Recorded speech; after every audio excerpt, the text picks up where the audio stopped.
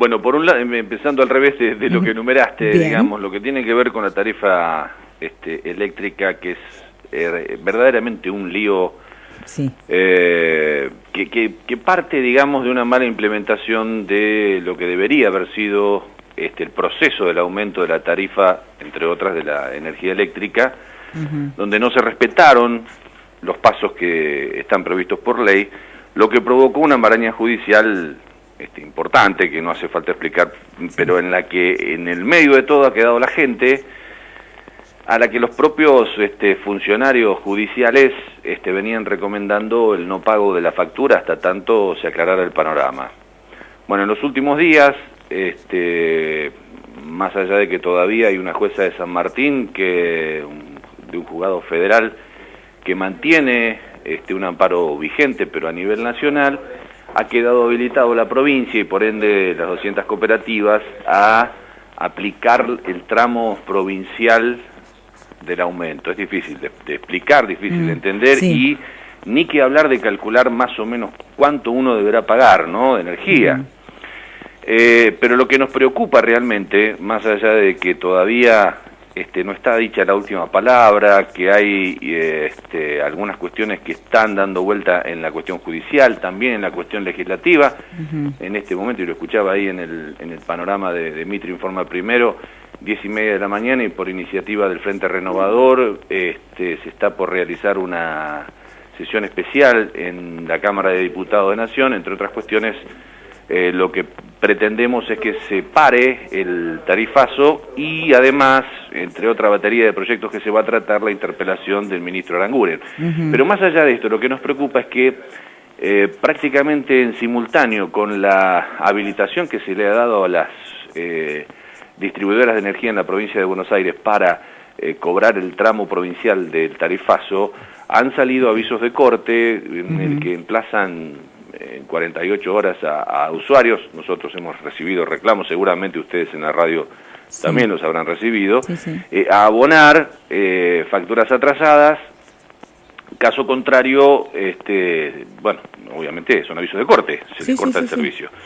Este proyecto lo trabajamos en conjunto, como vos bien decías, con el concejal Jorge Mas, compartiendo lógicamente la preocupación, y lo que estamos pidiendo es un proyecto de comunicación para que a través de presidencia del cuerpo dirigirnos en primer término al Consejo de Administración de la Cooperativa Eléctrica, y lo que pedimos directamente es que se abstenga de realizar cortes en el suministro de energía a los usuarios en todo el distrito hasta tanto se normalice definitivamente la situación tarifaria, porque se estaría perjudicando a los usuarios pehuajenses por causas que les son ajenas, porque aquí normalmente, en una situación normal, el corte del servicio tiene que ver con la falta de voluntad de pago, pero en este caso no. En este caso lo que ha pasado es que ha habido jueces que incluso han recomendado por los medios el no pago de la factura.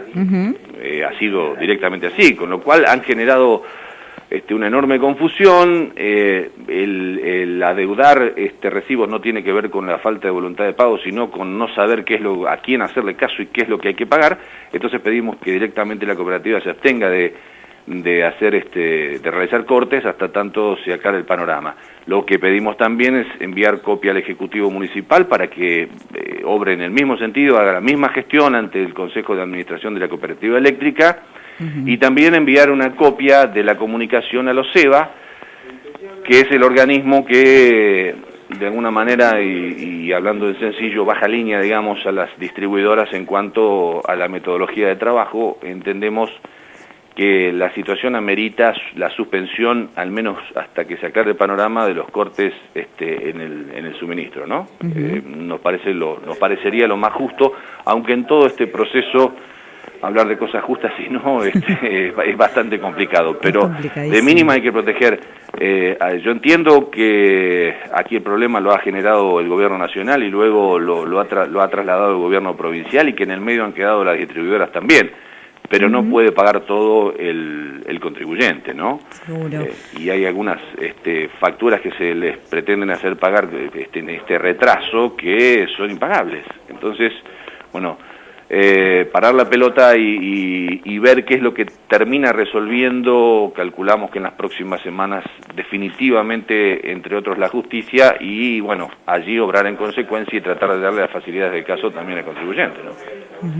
Bueno, ayer teníamos oportunidad de hablar con la diputada Schwinn y también teníamos en cuenta dos situaciones más que se dan en todo este lío enorme que hay con el tema de la factura, puntualmente de energía eléctrica. Por un lado, quienes abonamos en términos de la factura con el aumento que deberíamos recibir la nota de crédito, y no fue anunciado de esa manera en la conferencia de prensa de la cooperativa. Dijeron que quienes pagaron con aumento tienen que esperar.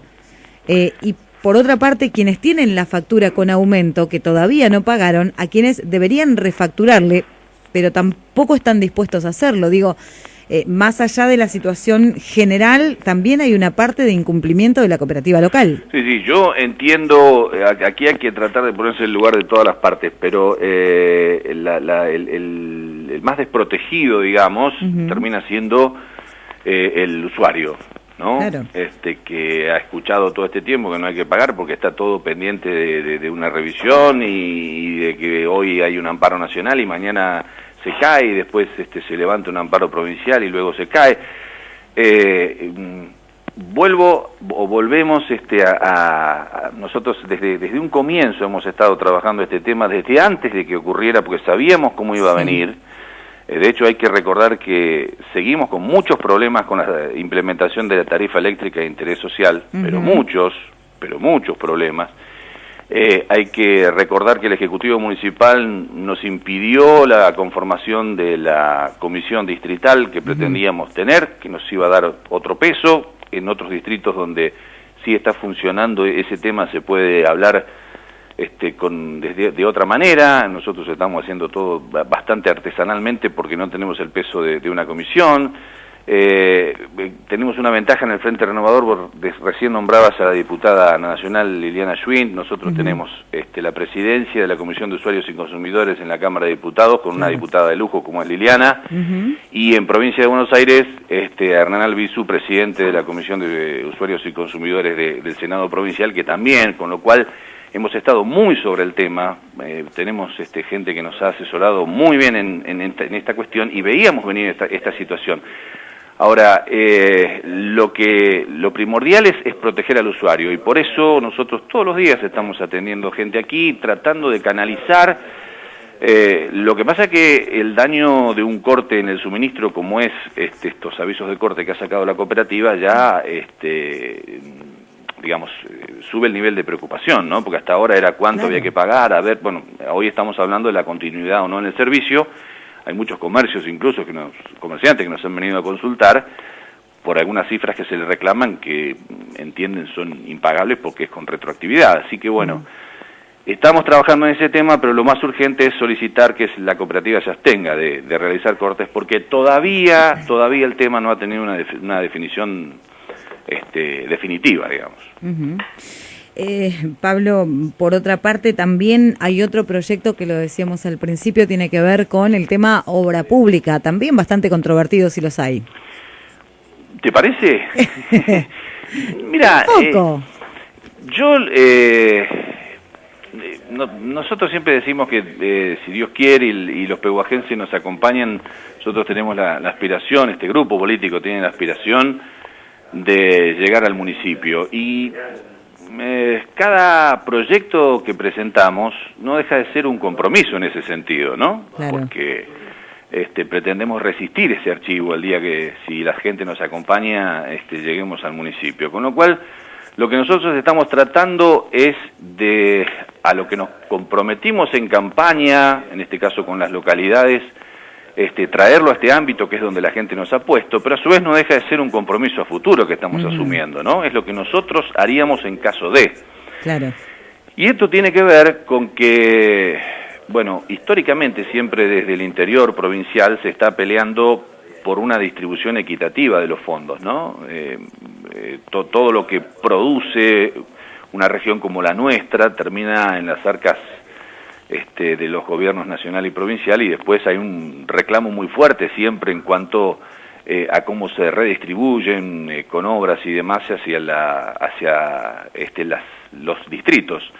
De hecho, cuando se dio el debate por el endeudamiento del gobierno de la provincia de Buenos Aires, hubo mucha pelea, incluso del oficialismo local, para que parte de ese endeudamiento se coparticipara a los distritos en obra pública. De hecho, ya está llegando parte, en la medida que el gobierno provincial está adquiriendo deuda, parte de esa deuda está llegando en forma de obra a los distritos del interior de la provincia.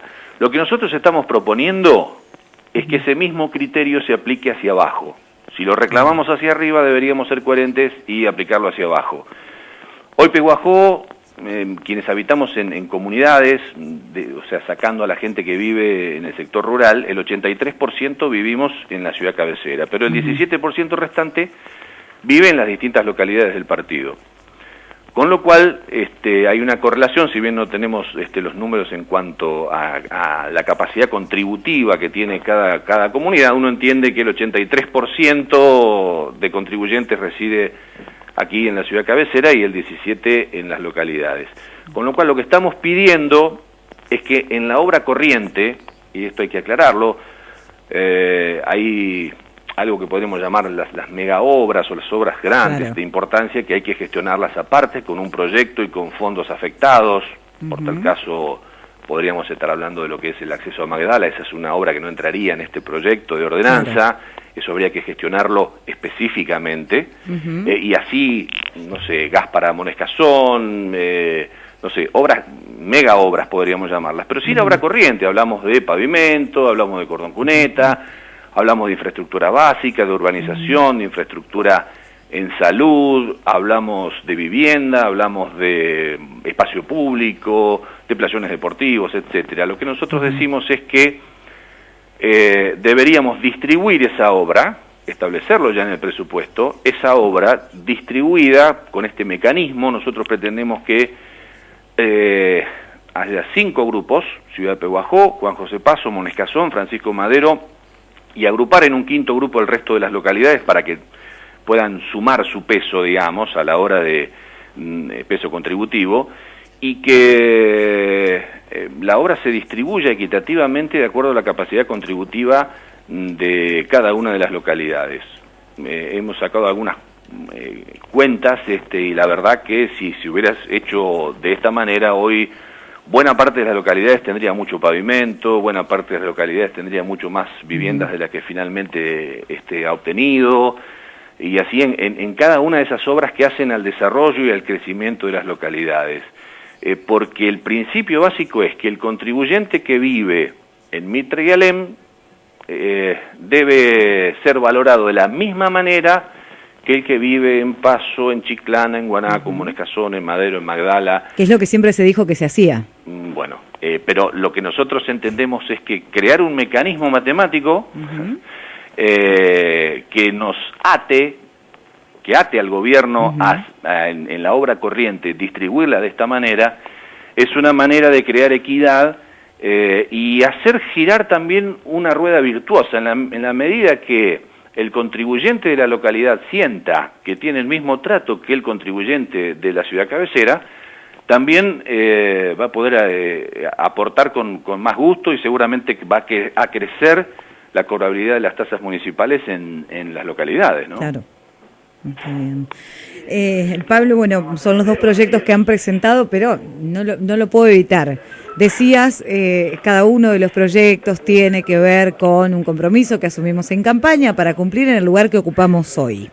Pero hay un compromiso futuro por el que estamos trabajando.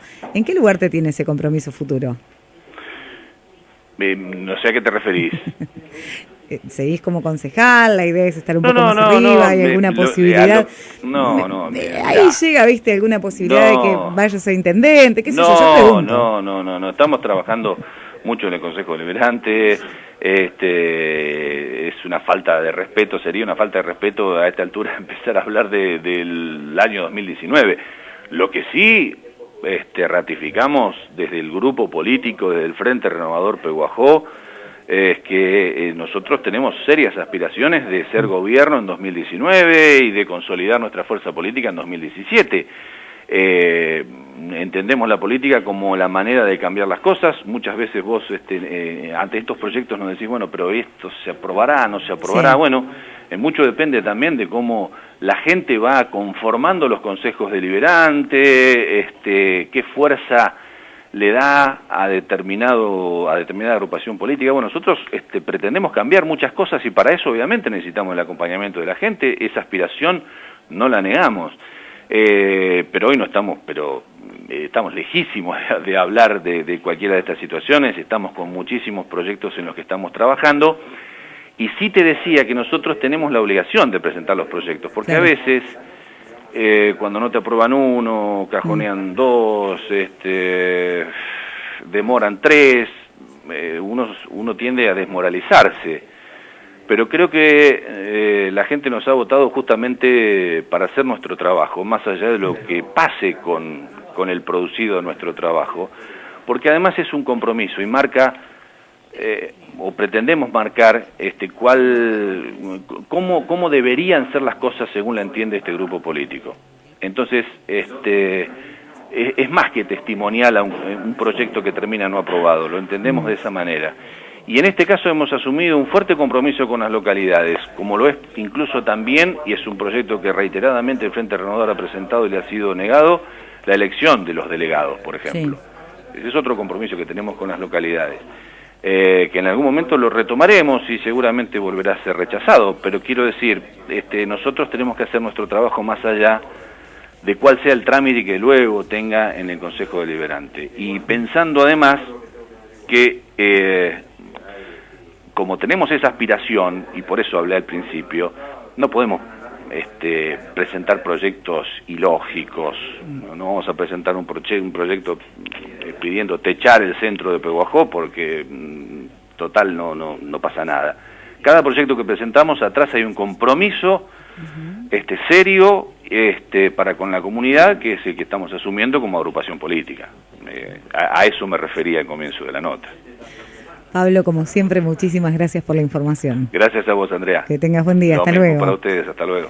Bueno, Pablo Lanic, concejal del Frente Renovador, hablando de estos dos proyectos que han presentado para su tratamiento en la próxima sesión.